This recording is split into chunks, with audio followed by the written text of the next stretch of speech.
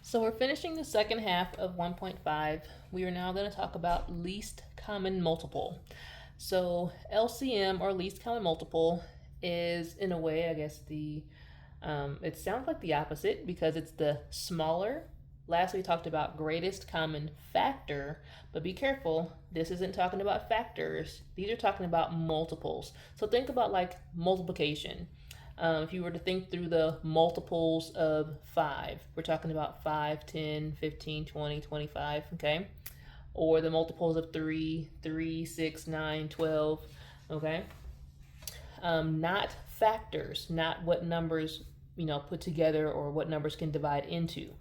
These are multiples. So to find the least common multiple, we could, like your book shows here on page 19, simply list the multiples of certain numbers until we found the multiple that they share that's the smallest, the least common multiple. But this could take a while. If you had to, really think through, the multiples, think about larger numbers. It may take a long time to list all those multiples out so that you could then find the one that's the smallest. So another method lets us use our skills again of prime factorization. Again, that's the tree method or the division method. Once we find all the prime factorizations for each number, we can then kind of use this cute memorization tool for LCM that says list, contest, multiply. Okay.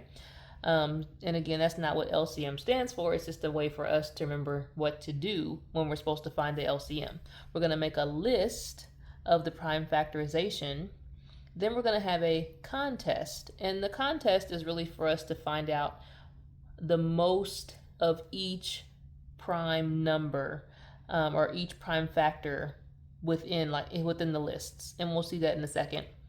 Once we know that, then we'll multiply them together and we will have our least common multiple. All right. So to find the least common multiple, the steps that we're going to use, we're going to first find the prime factorization.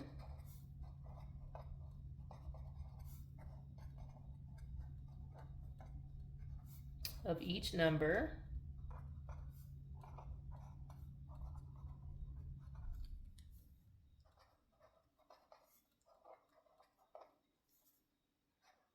And then we're going to have a contest.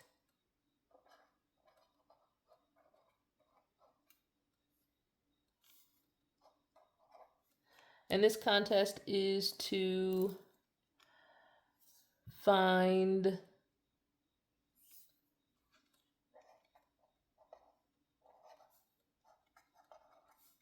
the largest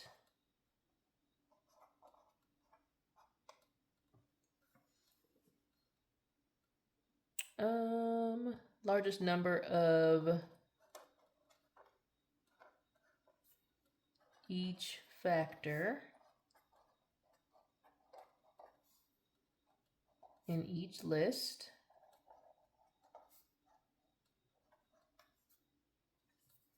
And then we will multiply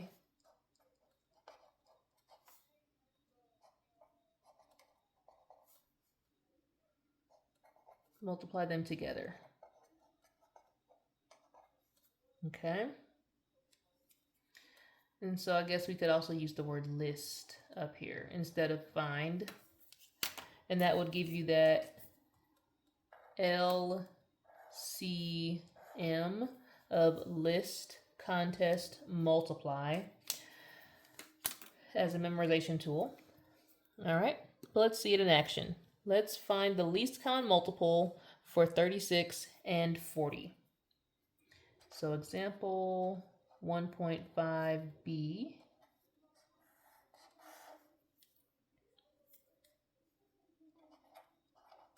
All right, so our first step in finding the LCM is to make the list.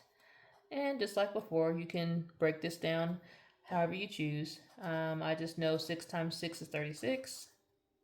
Then I can break down 6 into 2 times 3. So my list of prime factors for 36, 2, 2, 3, 3.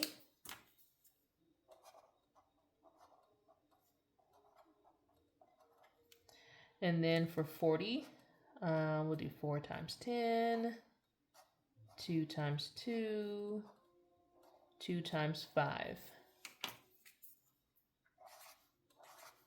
So common factors, prime factors are 2 times 2 times 2 times 5. Now, this looks like exactly what we did for greatest common factor. Like up to this point, this is exactly what we did before. We found the prime factors and we listed them out. Here's where it becomes different. Instead of seeing what they share the same, we're holding this contest. Okay, and we want to find the largest number of each factor in each list. So we're looking to see, all right, I see 2s, 3s, and 5s. Well, of the 2s, which list has more 2s? Is it 36? It has 2 2s. Or is it 40? It has 3 2s. Well, between 2 or 3, the larger number of 2s are these 3 that are in 40. Okay? Next, we'll have a contest to see, well, who's got the most 3s? Well, 36 has 2 3s, but 40 doesn't have any 3s. So the winner are these 2 3s right here. And then the same thing with 5s. Well, only 40 has 5, so this single 5 is the winner. So then we would say our LCM, or least common multiple, is equal to all 3 of these 2s, these 2 3s, and this 5. All right, then we would multiply these together to get the least common multiple. So we got 5 times 3 is 15, 15 times 3 is 45, 45 times 2 is 90, 90 times 2 would be 180, and 180 times 2 would be 360. So the least common multiple for 36 and 40 is 360. Whew. That would take a lot of work, or a lot of steps, if we had to list out all the multiples of 36 and all the multiples of 40 until we found the one that was the same. That would be a long list of multiples. So using this prime factors shortens that process quite a bit.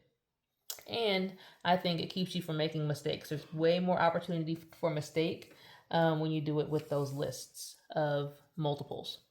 All right, so a couple notes down here. It says, when finding the LCM of two numbers, remember these two steps. If one number is a multiple of the other, the larger number is the LCM. So in this case, the LCM of 15 and 30, this time it's 30. We were talking about GCF. It was the smaller number that was the GCF. In this case, the least common multiple of the two is this larger one. It's 30 this time. And the LCM of two numbers that are relatively prime is their product. So if the two numbers, like 10 and 21, they don't share any factors, then their least common multiple is just multiplying those two numbers together. 10 times 21 gives you 210. So if you already know that the two numbers you're working with are primes to each other, then your least common multiple is just going to be multiplying those together. Okay, so just a little hint to help you out there. And again, we're going to practice least common multiple today during class.